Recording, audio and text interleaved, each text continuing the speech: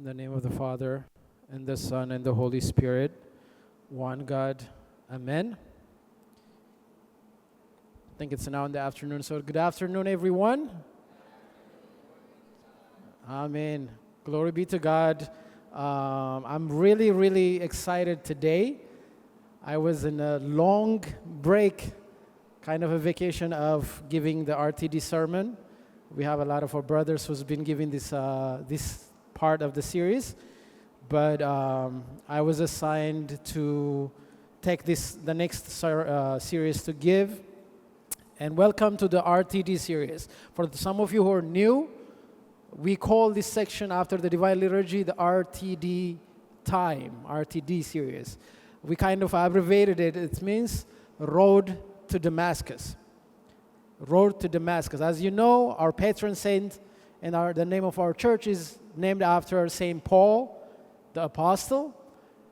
And in the story of St. Paul, when is he were able to be illuminated or to meet Christ to change his life? When he's in the road to Damascus, when we were going to Damascus, right? So because of that, we titled this Road to Damascus, hoping and praying that whatever that we teach here in the afternoon to be transformative for everyone so that we could get more closer to God, to change our life and glorify God in our life. So welcome to the RTD series. And the next 7 or 8 weeks, we're going to learn something that is so dear to my heart. To give you a little background of what we're going to learn, even though this topic is more than 10 years that we thought about it, one of the things that we want to do, or we started doing it, is on 2019. Right before COVID, some of you who have been following and learning with us, we had a conference that we presented, that we prepared for everyone. Does anybody remember that conference name? Anyone? Yes? No? Peace of Mind.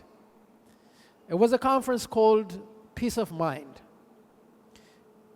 And it was focused on mental health, how to address mental health issues, how to address different trials in our life that is related to mental problems. And we had a great service. It's one of our highlights of our events, by the way. But it brought up a lot of questions from the parents, from the youngs, and everyone. It brought up, because we kind of scratched the surface. So people are saying, some of them, they say, we really need this to discuss. Some of them, they said, it's a hard topic. We shouldn't even talk about this, right? It's kind of a stigma or a taboo for especially in two different backgrounds.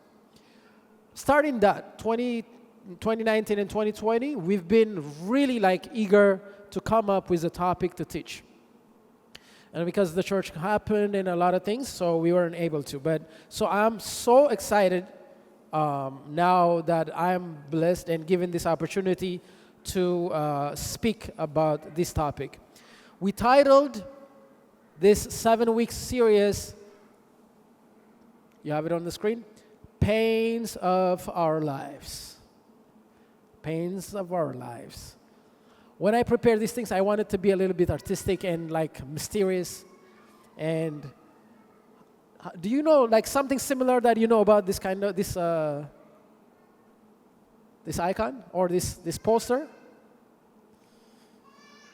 Most of you don't know. That means you're very young, and you didn't spend during daytime in your house with a TV, nothing to watch but soap operas. There is a soap opera used to called The Days of Our Lives, right? And it has a connection. How? Since I came to this country until now, I don't know right now, but it keeps continuing, right? Every day.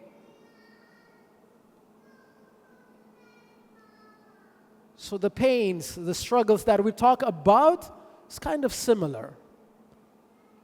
It's not a switch. It's not a one-time, oh, we're done. But a daily, constant struggle of overcoming of the things that we talk about. But also, I like the sand timer, right? Because it tells you that not everything is not like abruptly happens. It takes time. You don't see when that sand is dropping, but eventually see it's done, right? It tells you of how we should invest of the things that we struggle. So we titled it Pains of Our Life. It's based on a book. I'll bring the book later, but yeah, I'm really excited about this topic. May God help us to learn and to truly, truly dig deeper in our life so that we change for the better, we heal, right? Disclaimer. I am not a psychologist or I am not a psychotherapist, so what I'm teaching is based on the book and based on spiritual teachings of the church and experience.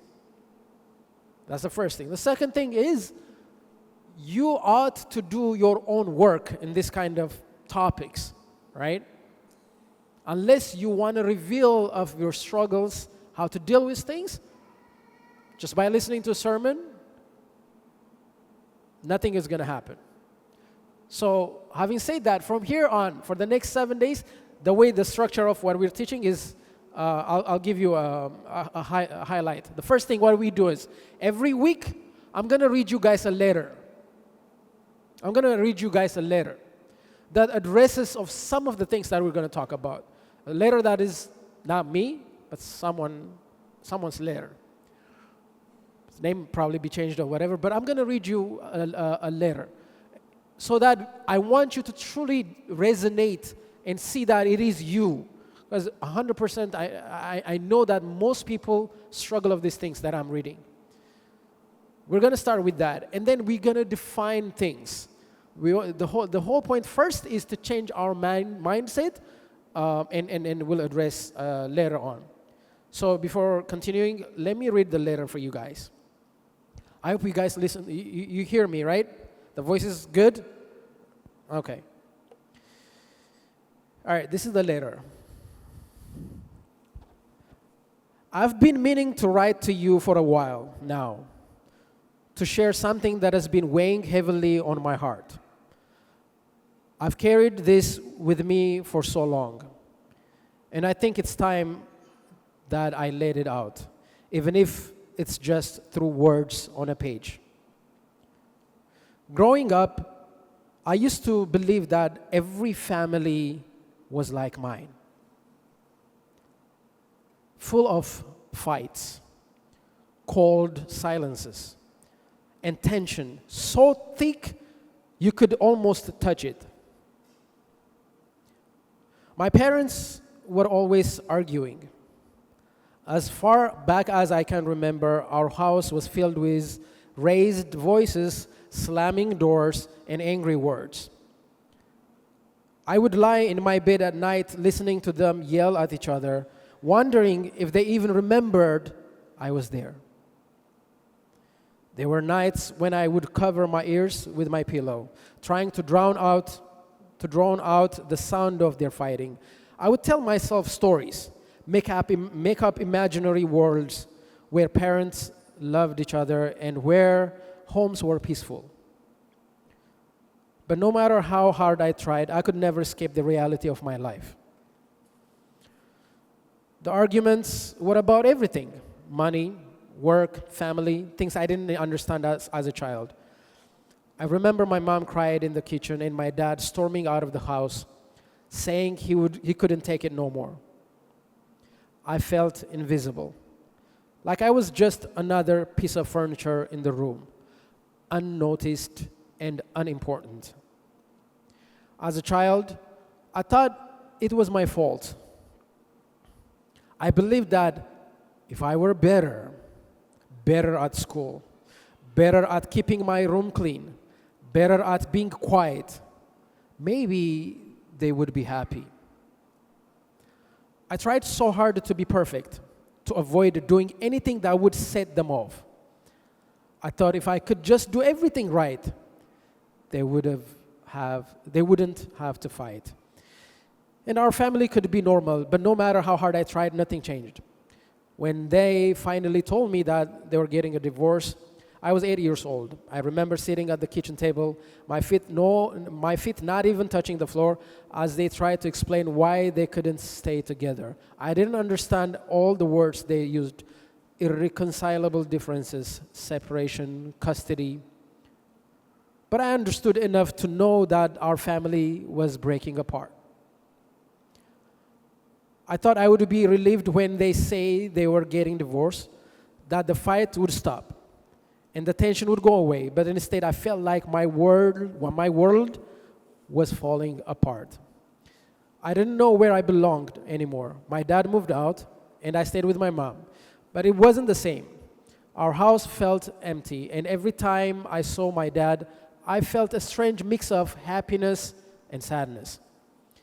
I didn't have any avenue to express my feeling. I have been dismissed and forced to think, I shouldn't feel this way. I was fortunate to even come to this country. And I've been told so many times that they sacrificed so much their whole life for my sake, and I need to be grateful rather than thinking about feelings. I blamed myself for the divorce. I thought that if I had been a better child, maybe they would have stayed together. I felt like I was caught in the middle, trying to be loyal to both of them, not wanting to take sides. I missed my dad when I was with my mom, and I missed my mom when I was with my dad. I felt torn apart, like I was living two separate lives. As I grew older, the impact of their divorce stayed with me. I found it hard to trust people, afraid that they would leave me just like my dad left. I had a constant fear of abandonment, always worrying that I wasn't good enough, that people would get tired of me and walk away. I became anxious, always trying to please others, afraid of conflict and confrontation. I would do anything to avoid fights, scared that if I argued, I would lose the people I cared about. I struggled with relationship, pushing people away before they could get too close. I was terrified of getting hurt, of being left alone. I put up walls around my heart, trying to protect myself from the pain I had felt as a child. I found it hard to open up, to let anyone see the real me, afraid that if they knew the truth, they wouldn't want me.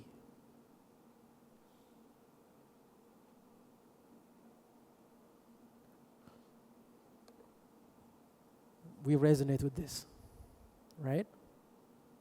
We resonate. Maybe not in this extent, but most of us, we resonate this. And this is just one part of it from what we're going to talk about. Next week, it will be a completely different letter that we'll talk about. Now,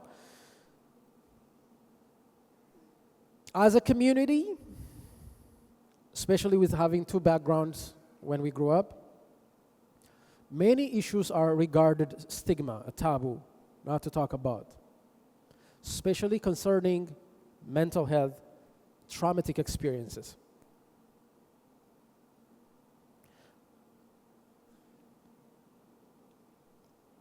It's not only affecting the youth, by the way.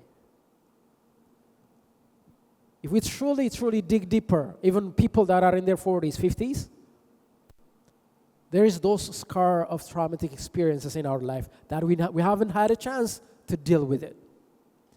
And in some way, without knowing it, it's being projected in our day-to-day lives. In becoming a priest for the past 6 years, the majority of my spiritual counseling revolves around this. Traumatic experiences. Pains that people encountered. Mostly past pains, right? These pains are deeply, deeply buried in us. Either it's embarrassing to talk about, or it feels shameful or hopeless to talk about. Now, when I say these things, the first highlight I wanted to say or to mention is, I'm not saying this to blame anyone. But the main thing I wanted to show, if you put it on the screen, the first thing is, not to make any one of you victimized, but to understand that all of us, or majority of us, are traumatized in our life. There's certain times that we're traumatized. The reason why I brought up is this. As I mentioned in the Peace of Mind conference, some of you, I don't know if you're here now, but there was a complaint from the parents. Because we raised up this issue, and they felt that they'd been attacked. They felt like we told them that they didn't raise their children in the right way. But that wasn't the goal. That wasn't the goal. Traumatic experiences are projected from generations. Some of you know about generational trauma, right? So is it all of us, every one of us, has some kind of this experience. St. Paul talks about this in Romans chapter 3. I don't know if I put that verse in there. But he says, for there is no difference, for all have sinned and fall short of the glory of God. All short of the glory of God. So every one of us, we live in a fallen world. We either are the one who inflicts pain to others, or we may be the receiving end, the victims of receiving the pain, the hurt. St. Augustine said it in an amazing way. I don't know if you can bring it there. He says, God had one son on earth without sin. God has one son on earth without sin, but never one without suffering. But never one without suffering. Whether we like to discuss about it, whether we address it, or find out of past traumas, but most of us, majority of us, has some way dealt with this. Therefore, it is very necessary to address this topic. It's a very long overdue topic of how we can deal or heal from pains, past pains, especially traumatic experiences. And when we're trying to prepare for this, the grace of God help us. And we found an amazing book. I think we have some left, and most of it is sold out. It's titled Healing Your Wounded Soul. It's an amazing book. I highly recommend everyone, if you guys could get it. It's a very, very helpful book. It puts things in a way that you probably know, but not in the way, wow, like I didn't see it in this way, kind of, way that the writer put it. The writer is an Orthodox priest, but also psychotherapist. Of course, he's from Eastern Orthodox, Greek Orthodox, but he brought up very good points. Now, one little other disclaimer. A lot of people are negative or against of us reading books that are not specifically of our church. But it doesn't hold water. It's not biblical at all. What St. Paul talks in Thessalonians is this: test all things and hold fast what is good. Test all things. Thessalonians chapter 5, verse 21. Test all things. Not even like we have somebody knows about orthodoxy, but any book. If it is beneficial, test it in accordance to your faith, in accordance to your values in life. And what is good for it, you take it. That is St. Paul's teaching. So, because of that, we learned a lot from this book, and we'll try to address some of the things today. Today what we're going to do is we're just going to uncover some of the, how we're going to define some things. For example, when we talk about pain, what are we saying? What kind of pain are we talking about? Is it a pain when you go on the road, like you hit a rock kind of pain? What kind of pain? The pain that I wanted us to talk about is a pain that brought a long-lasting effect in our life, a long-lasting traumatic effect in our life. Those kind of pains are we're discussing, okay? And what kind of healing are we talking about? What is healing for us? Healing is this. Healing means, I think you probably would have it there, moving from our past experience by resolving it so that it no longer disrupts the present. Moving from our past experiences by resolving it so it no longer disrupts the present. Bringing past issues, past pains, negative experiences, just for the sake of dwelling in it, that's not what we're discussing. What we're discussing is for a reason of passing that, because in some way it affected us. And we'll see that, how you guys would know that if it affected you, right? We'll see that. So that's what we're saying when we talk about healing in this series. And our main verse throughout the whole 7-week series is Revelation chapter 21, verse 4.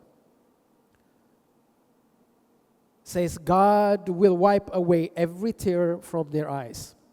There shall be no more death, nor sorrow, nor crying.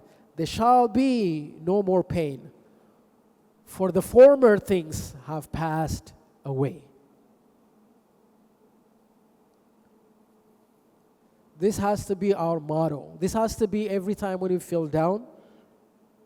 This should be a verse to read. All right. So having said that, we talked about the healing process, right? Of course, we're going to go deeper in the healing process, but for overall general understanding, there is 4 ways that we can address of healing that we're going to see in the next 7 weeks, right? How can we resolve it? It's by gaining mastery over that past experience. Gaining mastery. To master it. You know, as you go, like if you're an expert in maths or whatever, like a chess game or something, you become like a master, right? That means you know the ins and outs of things. Gaining the mastery of that negative experience in your life. How do you do that? The first one, understanding it. What happened? Maybe when you guys are young, maybe in your early teens, late teens, even after you're getting older. What happened? Sometimes when negative instances happen in our life, we become numb and just cover it, right?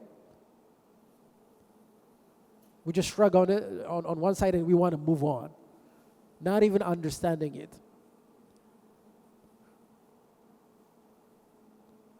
I'll come back later. Second part, by grieving it. By grieving it. Grieving does not mean only, crying, but in a way, like truly understanding of your emotions and dealing with that.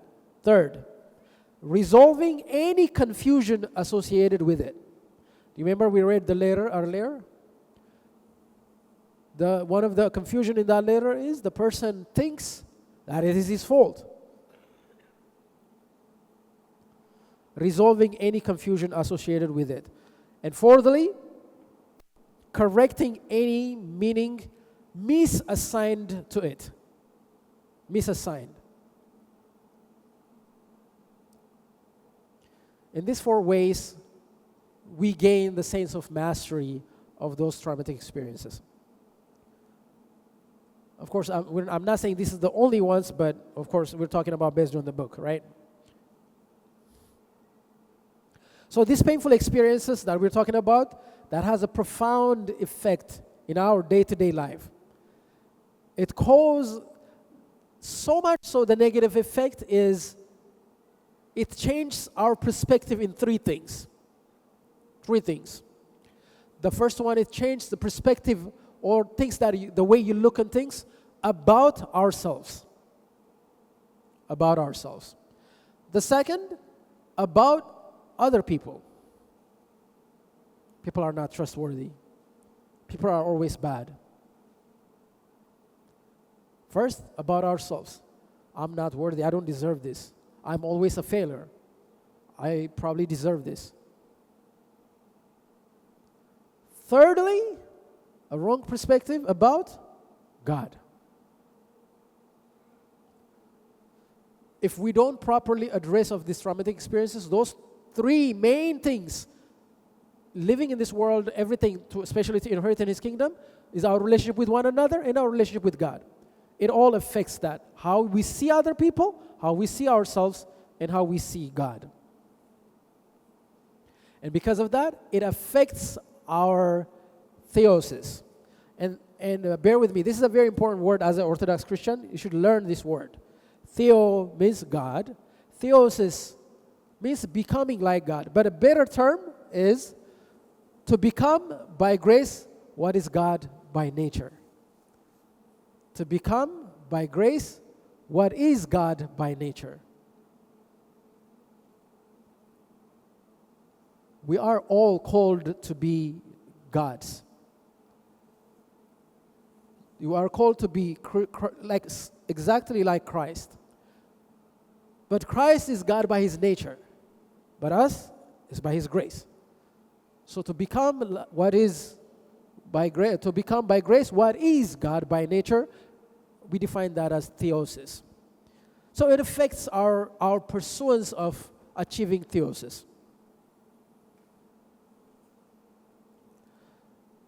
All right, these painful experiences could be for some people, and I brought this up because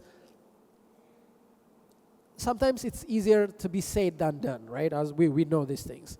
And when we talk certain negative experiences, emotional feelings, whatever, for some people, maybe easier to address. But for some people, it's so hard. Right? For some people, the passing away of a loved ones, they can deal it easily. But for some, they can hold that for a while. Some people, breakups can be like a mountain that's so hard to overcome throughout our life. But for some people, it's easier to, pass by that. So it depends on your own level of experience or exposure of things and how you address it. But it's not easy. That's what I wanted to make a statement. And without properly addressing it, some people would say, oh, that's your cross, carry your cross, or it's your spiritually, just pray and do all that. It may not be that easy. Why it's not easy is because of emotional memories. Emotional memories. Do you guys know how so much powerful is our memory?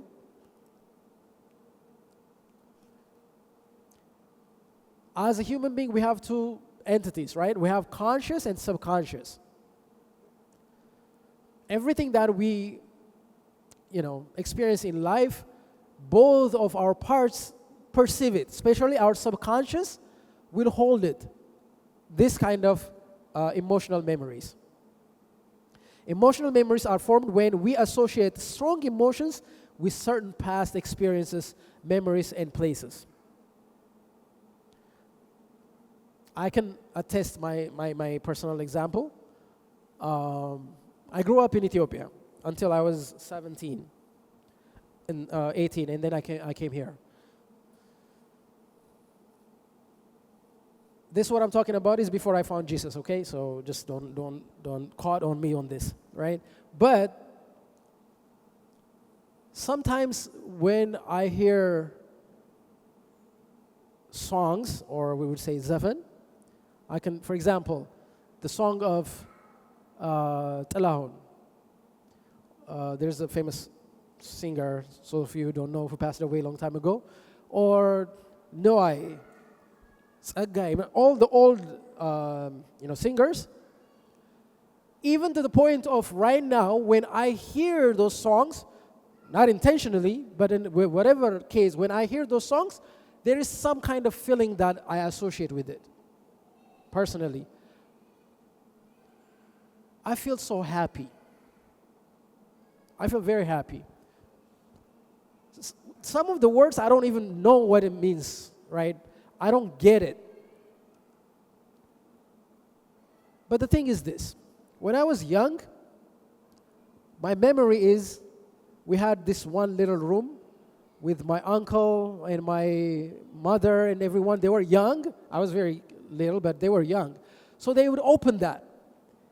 And then they hug me, and then they comfort me, and they make me sit with them.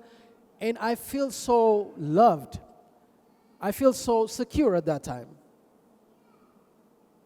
To hang out with the elders, it was so fun and exciting. That memory is registered in my mind.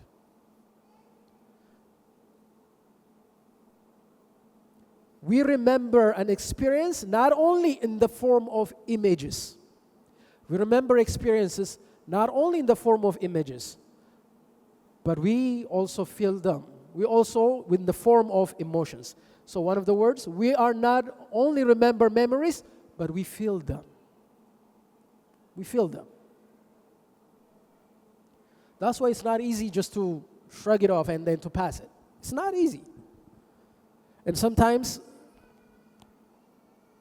an unexposed or uneducated person giving you advice of your struggles may trigger because they don't understand they think that it's just a memory.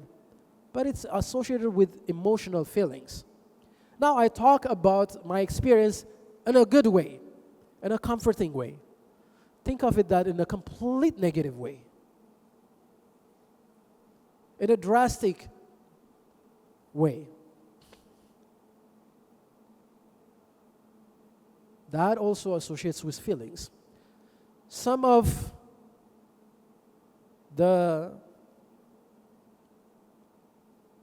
behaviors or negative experiences, the traumatic experience that we're going to talk about throughout the 7 weeks. First, abuse. It could be verbal, emotional, or sexual. Second, unexpected death of loved ones. Third, serious incidents in our life. Fourth, what we talked earlier, divorce, toxic work environment, domestic violence or conflicts, loss of a normal or safe home life, having a conflict-filled relationship with the parents, growing up with a parent who struggled with addiction or mental illness, being a victim of a crime. All these are examples of traumatic experiences that needs a healing.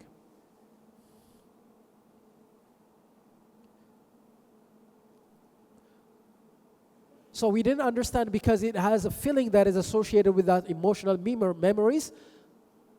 Most of us, we feel confused why we cannot get over these things, right? Something that happened a long time ago. And we get confused why I couldn't get over it. To make matters worse, we often feel shame and criticize ourselves for not overcoming this.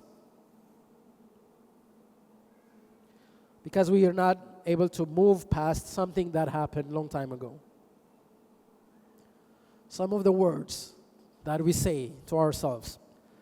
It's my fault that this happened. I must have done something to deserve it. I should be over this by now. It happened so long. Why can't I just move on? I am weak for feeling this way. Other people go through worse and manage to be okay. Why can't I become like them? What will people think of me if they knew that I'm struggling with this? They'll think I am weak or over dramatic. sometimes we say, it wasn't that hard. I should just get over it. Others have gone through worse. Sometimes we say these things, negative beliefs about us. No one will ever understand or accept me after this incident or after struggling with whatever. I am broken forever. The hardest part. Why did God allow this to happen to me? Maybe I did something to deserve this. All of these things is what we say, tell and criticize ourselves and shame ourselves of the things that happen that is not of our responsibility. So we begin to see our inability to move on as a weakness. And we spend so much significant time in our life asking, what's wrong with us? What's wrong with me?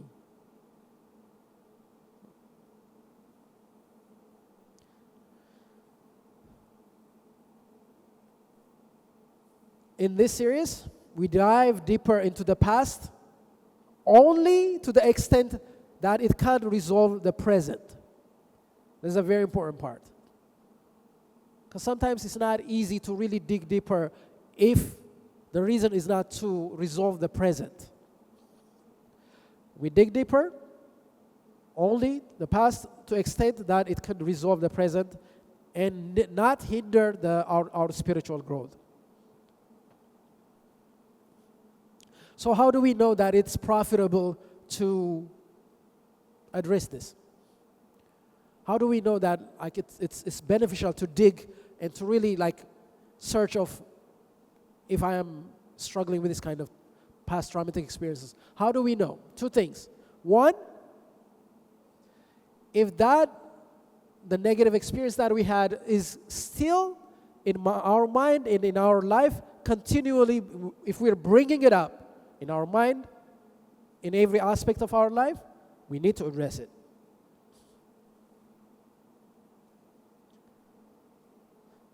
And if it also, the second is, it has a consistent series of effects in our life.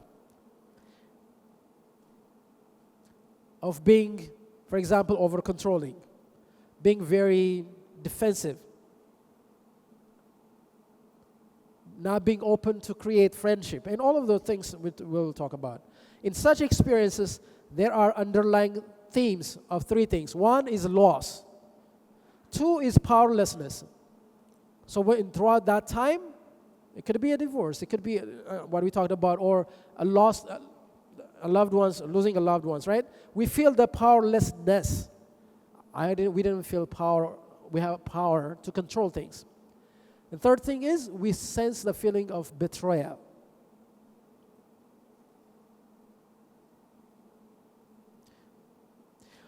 Often, this event of experience that affect us the most are the ones that we are the most dependent on. Often, the most effect that have on us, this kind of experiences, is the relationship that we're the most dependent on. And it's true. That's why before this series, if you guys remember a few series back, we learned about, for example, what true friendship means. On a series called Friendish, right? So that this kind of betrayal, which truly affects in a traumatic way, not to be a hurdle in our life.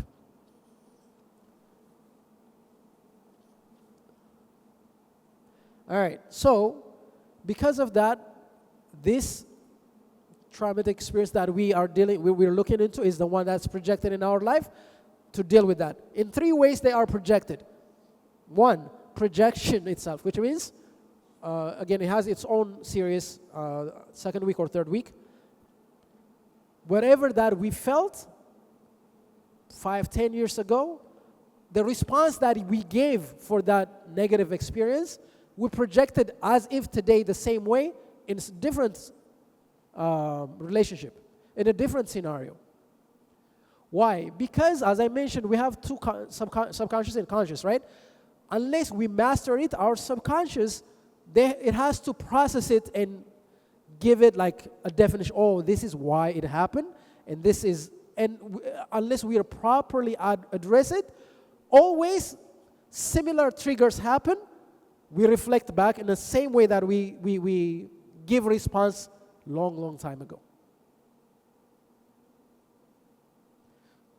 Our mind has a natural need to gain a sense of mastery over them, and will not move on until it has done so.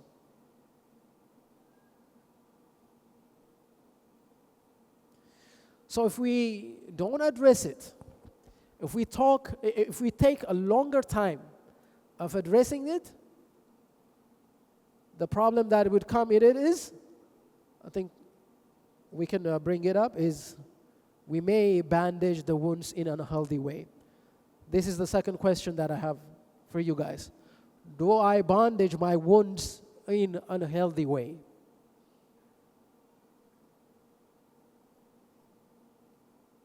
What do we mean by that? It could be using alcohol. It could be drugs. It could be substance abuse. It could be excessively shopping.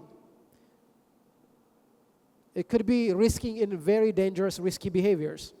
It could be overworking. It could be through distraction and entertainment. Maybe binge watching like 24 hours throughout the day. Because we don't want to face and address these kind of things. It could be by avoiding relationships. It could be by perfectionism, trying to be so perfect, as I mentioned earlier. It could be by having this behavior of excessive control. It could be by people pleasing. Or it could be by denial, refusing to acknowledge the existence of the impact that negative traumatic experience have on you. It could be by blame shifting.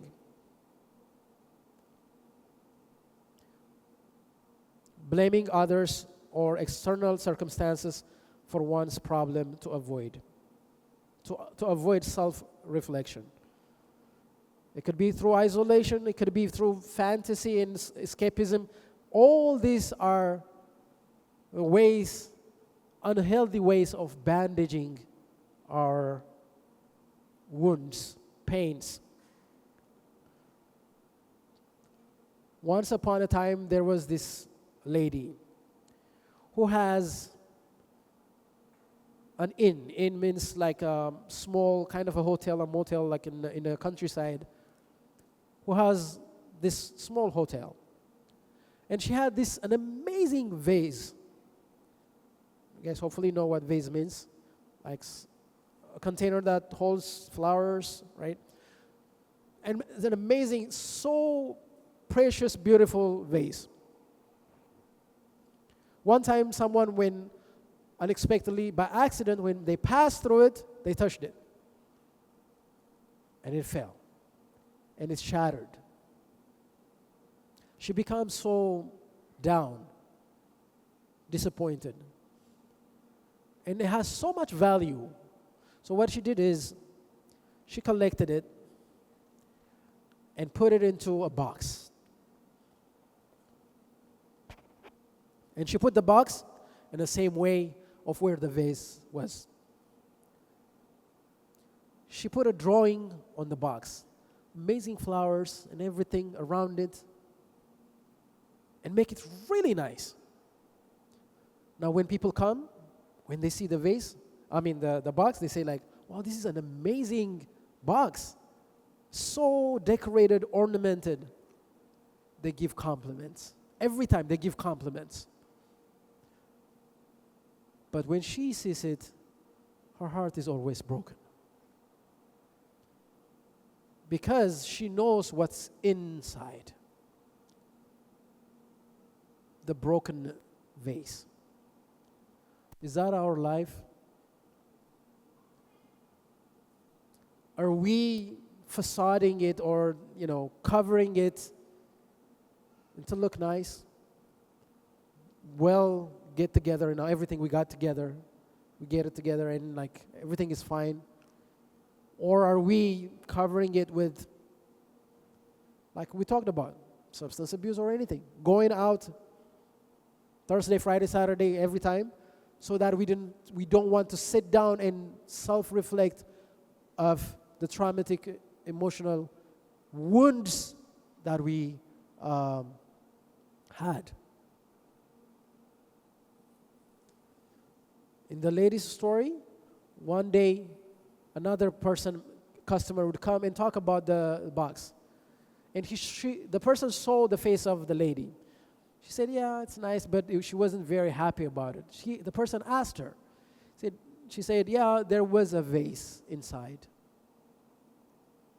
And it was a very nice, generational, beautiful vase. And the person says it in this way: perhaps it's time to let go of the box and focus on mending the vase. Perhaps it's time.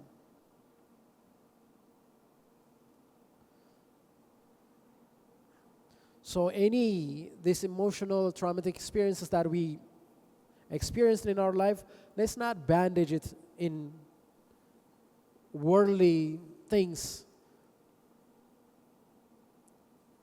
Now, the last part I wanted to mention before I conclude and give you for a little bit time for next week is when we are addressing these topics or experiences, if we do not properly heal, resolve, and develop mastery over the event, we may seek, I think I brought that, we may seek to soothe the wound in a way that leaves us feeling as though the past event never really happened. The past event never really happened. That's what the bandage would do. Nothing has happened here. So much so sometimes to the point that I've seen even in the church is some people invest so much in service within the church to overcompensate of such kind of wounds that needs to be dealt with. Service could be also a distraction for some. So we need to really address that. So how do we start? What should we do to start? The first thing that I implore you and I ask you for today is nothing. Of course, get the book and start reading it. The first thing that is needed is desire. I think the next slide. Do I desire for something better? Do I desire to truly address that? Because I have this abrupt anger issues. I have this inclination to alcoholism or pornography or anything that we're struggling in our life. Is there a desire to address it? Or are we living in the status quo? We're okay. Just, As we with the title of the series, The Pains of Our Lives, which is, I told you, every day is the day to overcome. If I overcome today, great, glory be to God. Tomorrow is another day of fighting. Are we ready for that? We desire that. If we desire that, next week we'll address a topic, how the past can affect the present. How the past can affect the present. We'll address that, and we'll connect our present issues, how it's actually, without us knowing it, it's related to what happened a long time ago, and that affected us. We'll see that and continue on this lesson. We're going to share the questions for the life groups. I hope most of you signed the life groups. We're going to share some of the questions. I don't bring the questions here. Maybe next week I'll bring some. Oh, you guys don't bring us? Oh, good job. All right. Okay. So get those questions. But also we'll add some more questions to have a discussion and to address. First thing that is needed for you is a desire. Understanding it's a long journey. Understanding we're not victimizing anybody. We all are in the same boat. So we need each other, held each other accountable to overcome this. Don't blame and don't criticize yourself. We address that. And the desire. I highly, again, recommend reading the book. And I just, brought just a little bit of the idea in the book. The book goes so much in detail, so you'll learn so much from it. I hope and pray this helps, and through God's grace that it will change our lives. Glory be to God.